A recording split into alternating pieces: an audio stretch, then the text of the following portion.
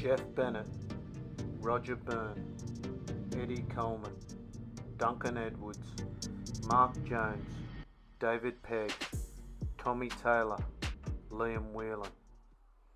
Welcome to Soccer As We Like It, the Man United Direction, Episode 2. I'm Adam Schwereb and I'll be your host in this podcast. I'm going to take you back in time to the 1957-58 season. A season full of emotion, to say the least. I'm going to take you on a journey of memorabilia. I have a special guest on, Dean Garden, to talk about his Munich tattoos and his trip to Dudley to visit Duncan Edwards and his trip to Munich.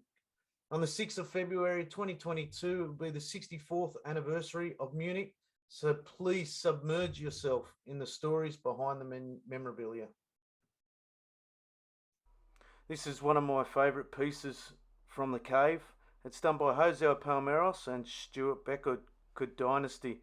From Busby to Ferguson, Manchester United have won everything with kids. Anyone that knows anything about Manchester United, we love throwing kids into the mix, and this piece is no different. This signifies both. From 1955 FA Youth Cup winners, players in the team included Duncan Edwards, Shea Brennan, Eddie Coleman, Wilf McGuinness and Bobby Charlton. They won the game 7-1 on aggregate. And if you bring in, it's ironic that you bring in the 92 squad and they won 6-3 on aggregate against Crystal Palace. This piece is signed by Sir Alex Ferguson, Sir Bobby Charlton, Ryan Giggs, Wilf McGuinness, David Beckham, Phil Neville, Nicky Butt and Paul Scholes. Published as a limited edition on April 2001. I think this one's an absolute cracker. It just says everything about Manchester United.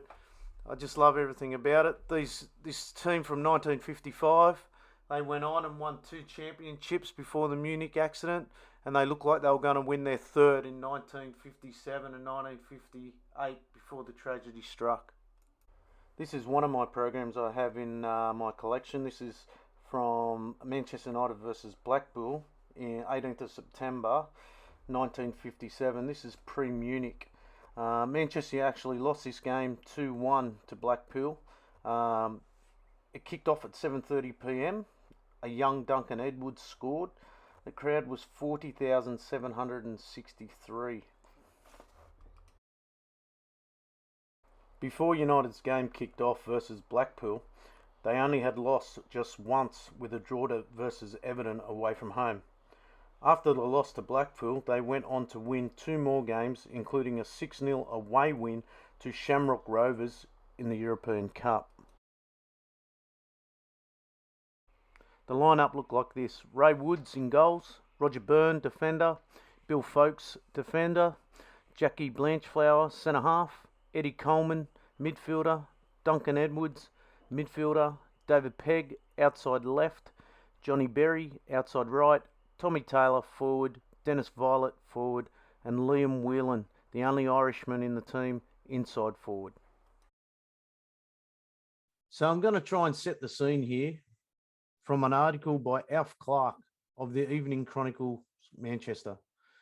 Manchester United have a lot of leeway to make up if they are to register their 3rd successive championship success. And one team who usually pulls out of all stops against United are today's visitors, Bolton Wanderers.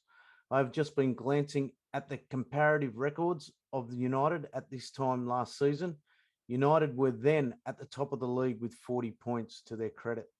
4 more than Tottenham Hotspur at the time, second in the table, with Arsenal third, 33 points, Wolves 4th, 32, and Preston 5th, 32. To today's United are 8 points in the rear to Wolves, who stand on 40 points, marked at the head of the league. So I've set the scene. Manchester United 7, Bolton Wanderers 2. Sir Bobby Charlton with a hat-trick, Dennis Violet with a double, Duncan Edwards and Albin Scallion with 1 each. Manchester United was still in the hunt for the hat-trick. Credit to the boys. The Manchester United way is to go all guns blazing. They really showed the crowd that they are still in the hunt for this title. 4 weeks after the Blackpool game, Manchester United went out and bought themselves a goalkeeper by the name of Harry Gregg. Gregg made his debut on the 21st of December 1957.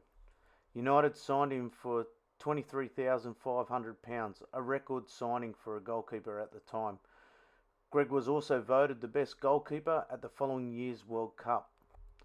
Ray Woods would lose his position in the team to Harry Gregg, and the lineup v Bolton Wanderers would look like this.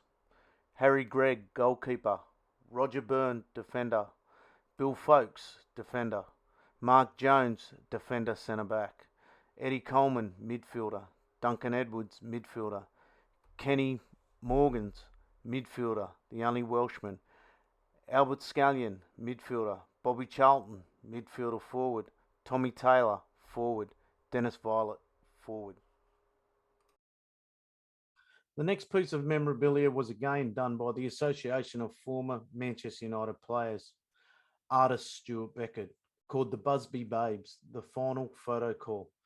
It has the matchday ticket at the top and the BUSBY Babes lining up, acknowledging the crowd for one last time.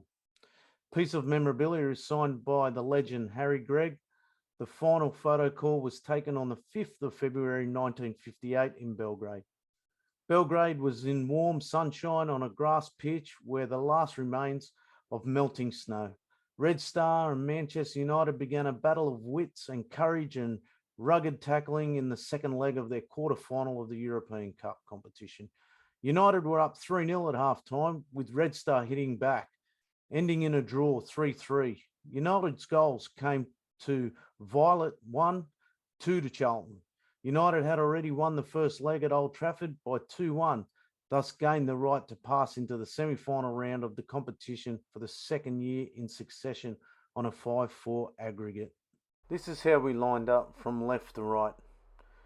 We had Big Duncan Edwards, 21, Eddie Coleman, 21, Mark Jones, 24, Kenny Morgans, 18, Bobby Charlton, 20, Dennis Violet, 24, Billy Foulkes, 26, Harry Gregg, 24, Albert Scallion, 22, and Roger Byrne, captain and 28 years old. Munich remembered. Manchester Evening News 50th anniversary tribute, Wednesday, February 6, 2008.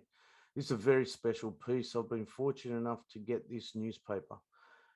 The Manchester News reached out to readers for their memories of Munich, and one email stood out from the great historian and fan, Tom Clare. Here's a recollection of his day. The tragedy happened on Thursday afternoon, and I can remember that day vividly. It was a cold and bleak, and some areas of the city experienced snow that afternoon. After school, I had trudged down Ardwick Green, school bag on my shoulder. My spirits that day was good, and the reason why? Well, the previous day United had put a superb performance in Belgrade to draw 3-3 with Red Star, the Yugoslavian army team. I used to deliver to Wilson's pub, named White Hart, across the road on the corner of Whitworth Street, facing the fire station. There was a newspaper man there every night selling the evening news and the Evening Chronicle. As I crossed over to his side of the road, he had just finished putting up the poster with the headline, "Stop, Press, United's plane crashes at Munich." I hurried, paid my coppers to the paperman for the news. What all he said was, "Manchester United's plane has crashed at Munich airport." More to follow in the later edition. As time passed, more and more news was filtering through, and we sat there together for the next few hours as the names of the loss became confirmed. Roger Byrne, Eddie Coleman, Jeff Bennett, Billy Whelan, Tommy Taylor, Mark Jones, David Pegg, Walter Crickemer, Tom Curry, Bert Wheely, Alf Clark, Tom Jackson, Henry Rose, Archie Ledbrook, Don Davies, and then finally Frank Swift. The hours passed, and it was all if we were all in a trance, as though time had stood still. I cried so much that evening and went to bed hoping that what I experiencing was all a horrible dream. The reality was all there before us in the morning's editions of the newspapers, pictures, stories, tales, heroism, but more starkly, decimation of a team of wonderful young boys, backroom staff, and the cream of sporting press. United's team would face Sheffield Wednesday 13 days after the Munich air disaster. I would like to thank my good mate and chairman of the Manchester United Supporters Club New South Wales, Australia, for supplying me with these photos of this FA Cup program that took centre stage on the 19th of February 1958 in front of a crowd of nearly 60,000 fans jam-packed into Old Trafford. I've been lucky enough to see this program, and one day I hope to own one. Sir Matt Busby, legendary assistant Jimmy Murphy, had taken the manager's role as Busby fought for his life in hospital. Jimmy could only field 2 players that had survived the crash on a cold February night. The team sheet in the program that night was left blank, as Jimmy Murphy only managed to get the team together at the last minute. From the 8 players that died after the Munich crash, Harry Gregg and Bill Foulkes were able to play straight away. Bobby Charlton was only 2 games behind them in making his comeback. Kevin Morgans did play again very late that season, but unfortunately his career was ended. Dennis Violet was another survivor to manage to play again, moving on to 293 games for United and scoring an incredible 179 goals in the process. Albert Scallion did recover and moved to Newcastle, and similar situation for goalkeeper Ray Woods. He moved to Haberfield. Unfortunately, the injuries sustained to Johnny Berry and Jackie Blanchfield meant they would never play again. Imagine the crowd's roar when Bill Foulkes led his team out. The atmosphere must have been electric. Manchester United went on to win the game 3-0, 2 goals to Shea Brennan and 1 to captain Bill Foulkes. In goals, Harry Gregg, number 2, captain Bill Foulkes. Number 3, Ian Greaves. Number 4, Freddie Goodwin. Number 5, Ronnie Cope. Number 6, a new signing, Stan Crowler, which took place just an hour before kickoff. With number 7, Colin Webster. Number 8, Ernie Taylor, who had been signed from Blackpool the previous week. Number 9, Alex Dawson. Number 10, Mark Pearson. And number 11, Shea Brennan. As you walk into my cave, on the right-hand side, you'll see this piece. It's the first piece you'll come to. It's right at head height. It's signed by Albert Scallion, Kenny Morgans, and in the background, you have Ronnie Cope. The 3 Busby Babes are running out at Old Trafford in 1957. Albert Scallion, born 10th of October 1935, passed away 22nd of December 2009. Was an English football player. He began his career with Manchester United and was one of the Busby Babes who survived the Munich air disaster of 1958. One of Albert's career highlights was against Arsenal on the 1st of February 1958, just 5 days before Munich at Highbury, in which the Busby Babes ran out 5-4 winners. Scallion, on United's left wing, displayed his speed and skill, going on to set up 3 of United's goals. He tormented the right flanks of Arsenal's defence, something United fans love. Kenny Morgans, 16th of March 1939, died 18th of November 2012, was a Welsh footballer born in Swansea. He signed for Manchester United on leaving school in the summer of 1955 and played on the youth team's right wing. He made his first team debut on the 21st of December 1957, aged 18, against Leicester City in the league match at Old Trafford. He suffered minor injuries in the Munich air disaster on the 6th of February 1958, when still only 18 years old. He was the youngest player involved in the crash. Morgans was found unconscious amongst the debris by 2 journalists 5 hours after the official search was called off. Incredible. Ronnie Cope, born 5th of October 1934 in Crewe, is an English former footballer who played as a centre half-back in Football League at Manchester United and Luton Town. Cope played 4 times for the English schoolboys in 1950s. He joined Manchester United as an amateur in the same year, turned professional in 1951, and made his debut for the club on the 29th of September 1956 against Arsenal at Highbury. However, he only gained a regular first-team place after the Munich air disaster. He lost his first team place to Bill Folkes in October 1960. After the 19th of February, the 3-0 FA Cup victory, Manchester United finished the season with 7 draws, 4 wins and 10 losses. They also managed to make the FA Cup final against Bolton Wanderers and lost 2-0. They also made the European Cup semi-final. United finished 9th on the table on 43 points. The courage and the heart of the team is second to none. What an incredible team, the Busby Babes. I'd like to welcome Dean Garden from the Manchester United Supporters Club Brisbane, our very own Worldwide Red, to this special episode of Munich Memoribilia. Dean is also a collector, but in his special way, Dean has Munich tattoos in memory. How are you, mate? Good, thanks, buddy. How are you? Yeah, good, mate. Good, mate. Just trying to get this project done. It's, been a very interesting project, I suppose. A lot of information out there and a lot of information not out there. But this segment is about you. So, mate, tell us about your memorabilia. Tell us about your tattoos and, lead us on a journey that when you went to Manchester and visited Duncan Edwards' grave and statue, and you tell us about the stuff that you've done regarding Munich. Yeah, well, so in 2018, before the world went to shit, I went over to Manchester and I went and watched United play at home against Arsenal with a Fellaini Fergie time winner there. Good old Nice. Fellaini did something good for me. But the main purpose of my trip was to, learn more about the club and its history and all that kind of stuff. I was born in New Zealand, but I moved here when I was real little.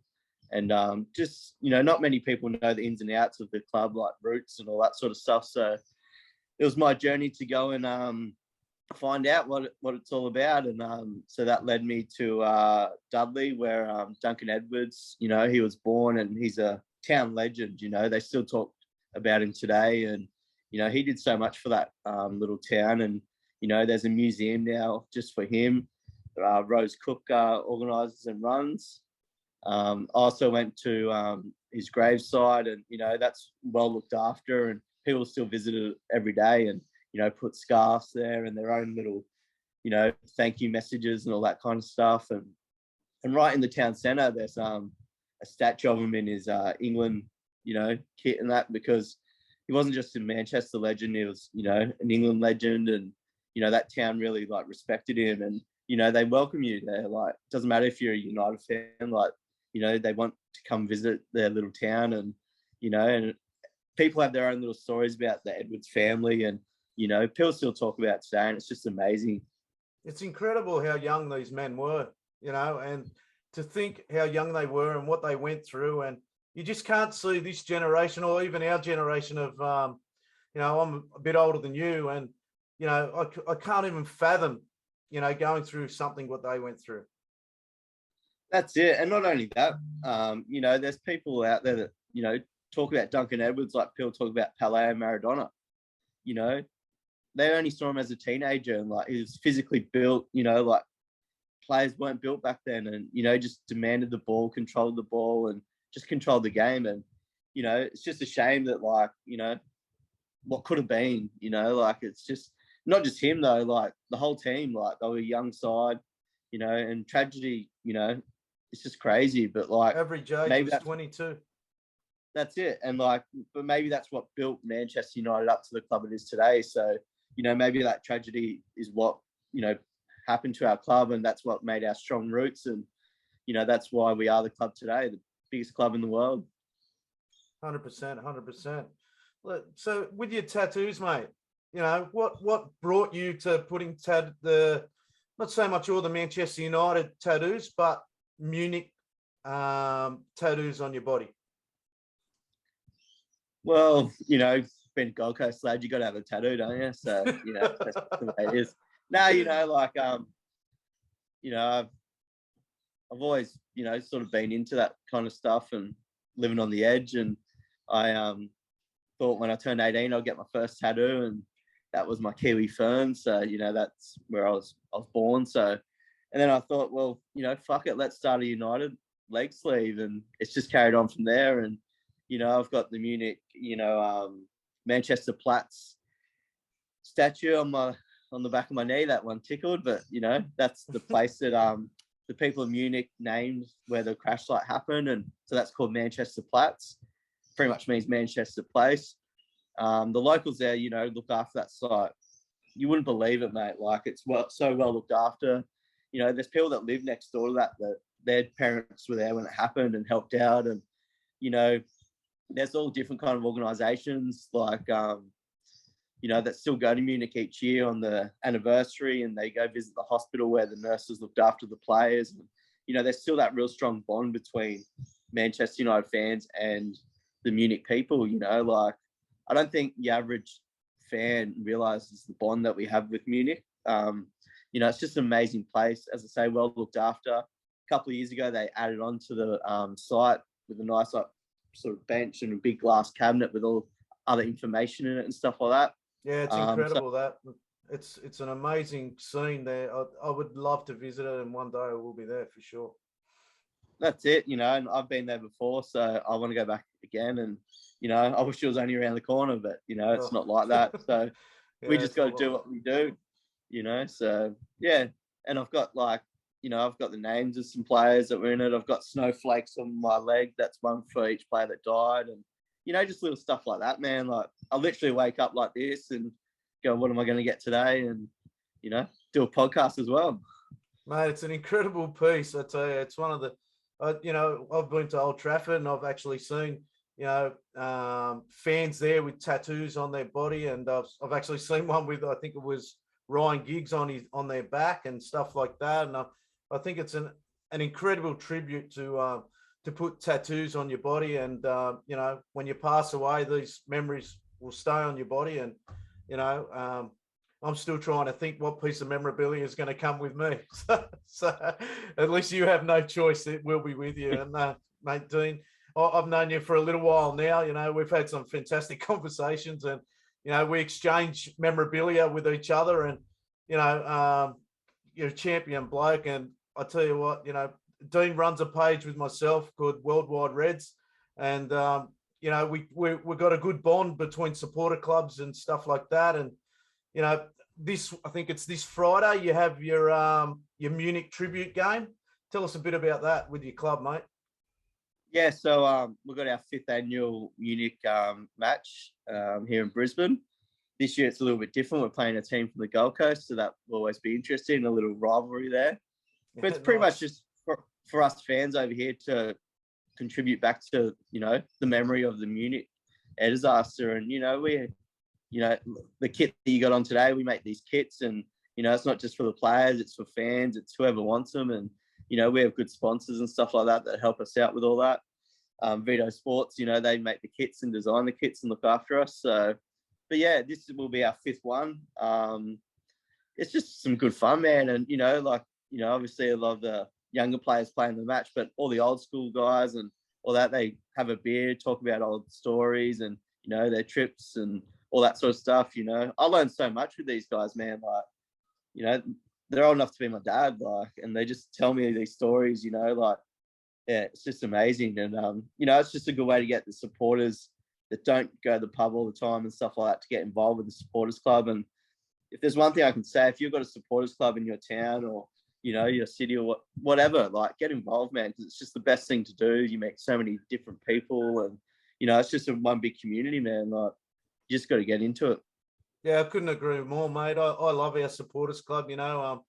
We go there, and the thing about our supporters club now is we are getting a lot of younger members in, which is fantastic.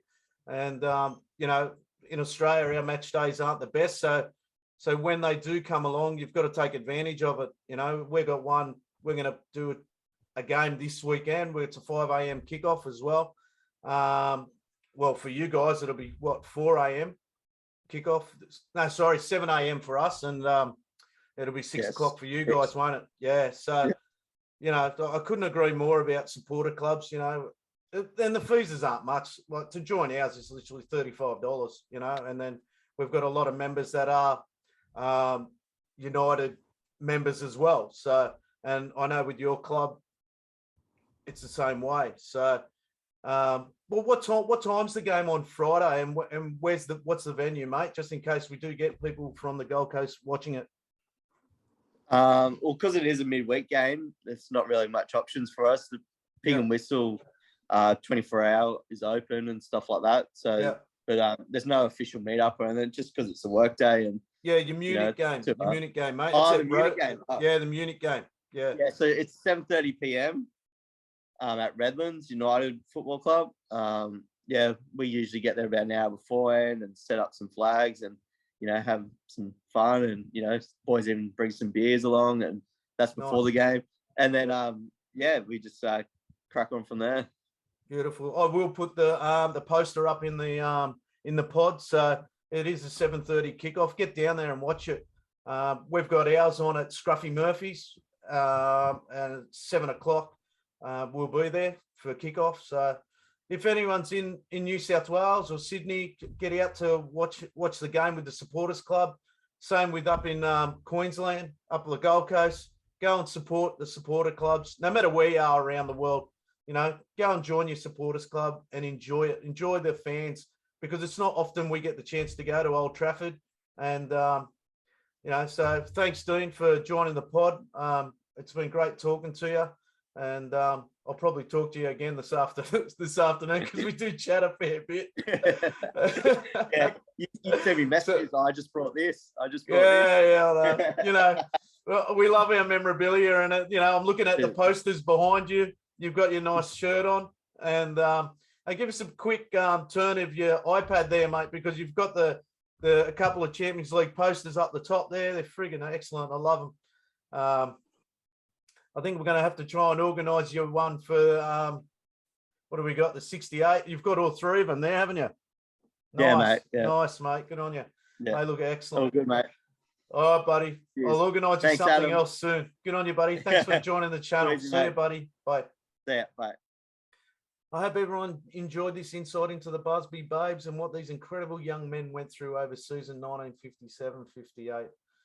To think Sir Matt Busby rebuilt his team successfully in the 1960s, signing such players as Dennis Law, Paddy Crone, who combined with the next generation of youth players, including George Best, to win the FA Cup in 1963. The following season, they finished second in the league, then won the title in 1965-67.